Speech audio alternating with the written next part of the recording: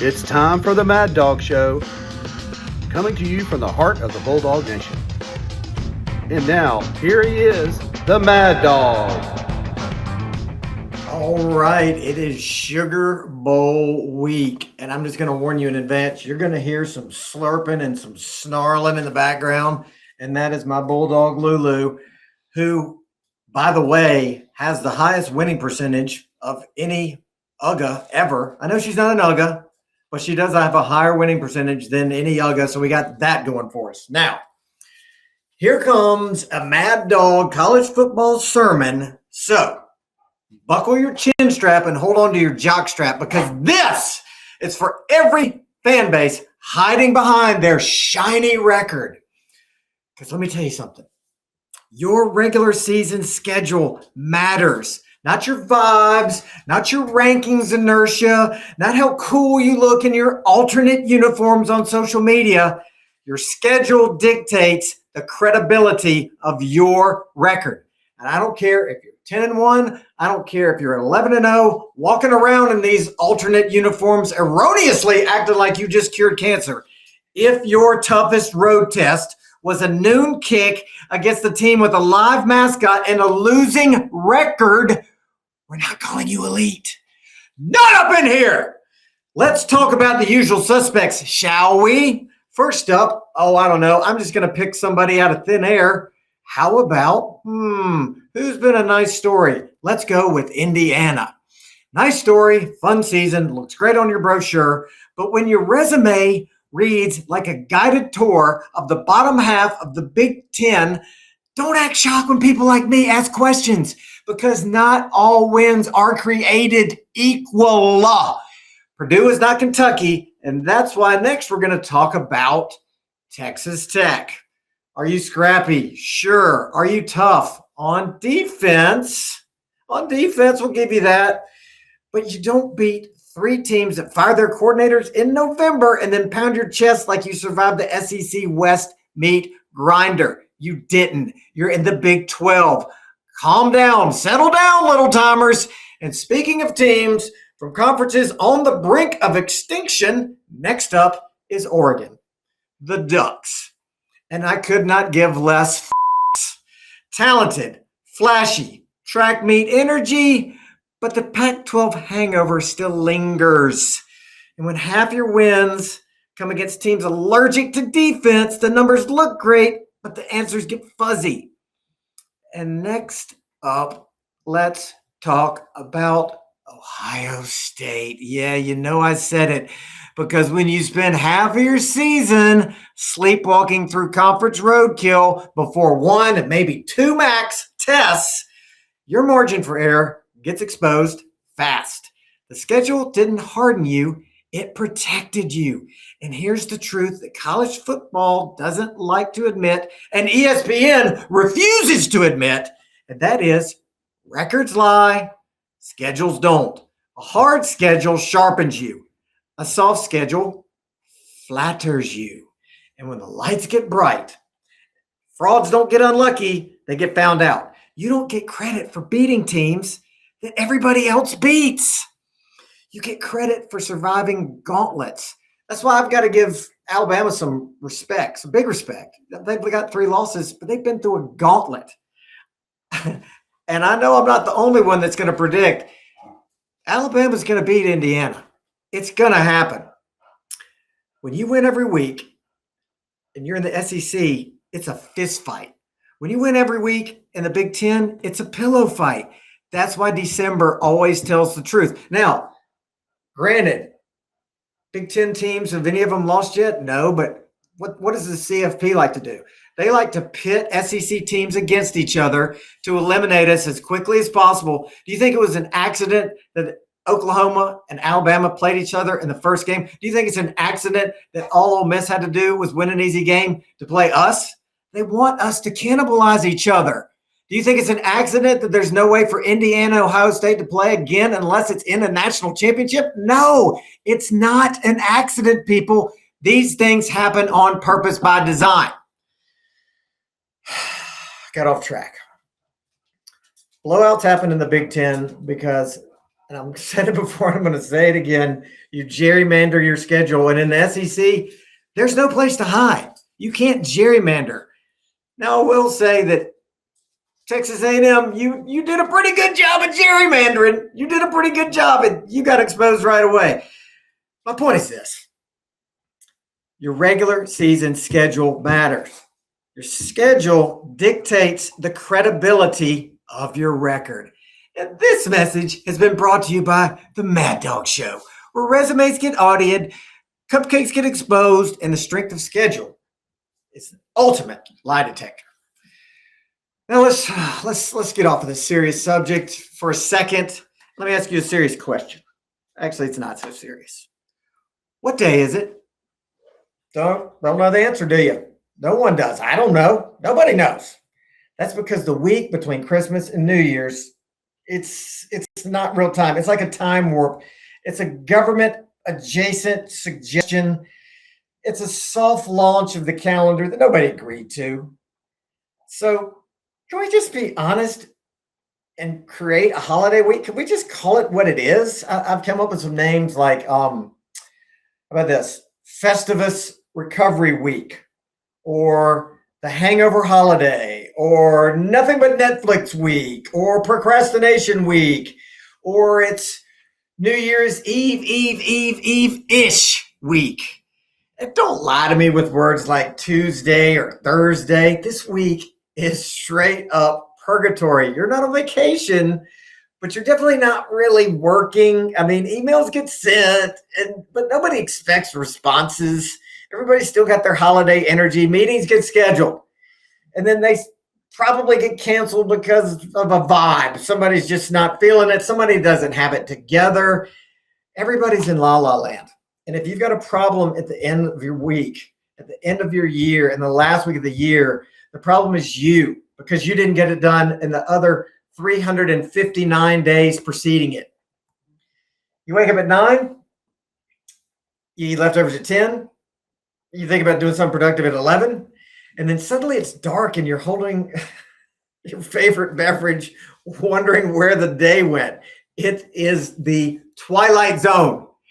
Every store is either closed, closing early, or open, but staffed by one confused teenager and a manager named Steve who doesn't want to be there. And you check your phone and you're like, is it Wednesday? And your phone's like, I don't know, dude, leave me alone. And the truth is that nobody wants to say out loud. No one, and I mean no one, wants to work. Not you, not your boss, not the person that sent you that email that says that they're just circling back in air quotes. They hated themselves when they were even saying that. This week exists solely for eating food you don't remember cooking, wearing clothes with elastic waistbands, and pretending January is a future problem, which it is. Productivity, gone. Urgency, deceased. Accountability, out of office until further notice. So let's stop pretending. Let's lean in.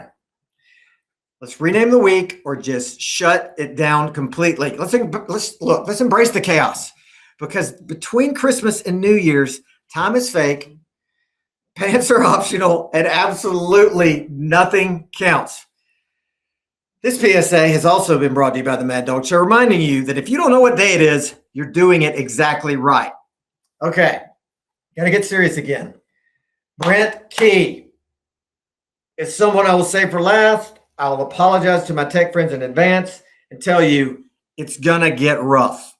This is not about Georgia Tech. This is about Brent Key. But for now, let's talk about Eli Dorkwitz. You heard me right, not Drinkwitz. He's Dorkwitz. Because nothing screams football nerd like a guy who looks like he'd argue with a referee using a PowerPoint. And every single time they interview him, and he says, M-I-Z, like he's summoning Thor from the great beyond, I have to expect the crowd to just go, please stop. Like if I'm a Missouri fan and I see him do that on TV, I'm just like, just stop doing that, dude. Like when Ed Orgeron says, "Oh, Tigers," and like he's just gargling gravel, it's authentic. He is a Cajun. Nobody cares about hearing M-I-Z, and I'm about to tell you why. Oh, God, this gets me so riled up. It shouldn't. I don't know why I'm getting riled up about this, but I do, and here's why. Let's be honest about Missouri. Because honesty is required in the show me state. Missouri football is the human embodiment of fine. It's fine. It's like when you ask your wife, hey, what's the matter? Are you okay? Everything's fine. It's just fine. Meaning it's not good. Not bad. It's just there. 8 wins in Missouri. Banner year. 9 wins. Let's erect a statue. 10 wins. Somebody check the calendar because something's wrong because it doesn't happen. Dorkwitz struts around like he cracked the Da Vinci Code when in reality he solved like a Wordle in easy mode. Missouri isn't rising. They're hovering, which is exactly what mediocre programs like to live. High enough to talk trash, low enough to never matter. And every year it's the same routine. Oh, we're building something. We're right there. This program has momentum. Momentum to what, Eli? The Poser Bowl, the Rate Bowl, the No-Name Bowl? Missouri is the ultimate SEC NPC.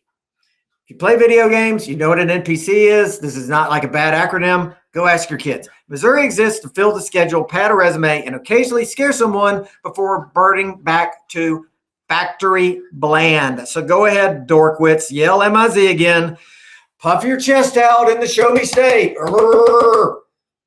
Where year after year, Missouri football keeps showing us exactly what they are.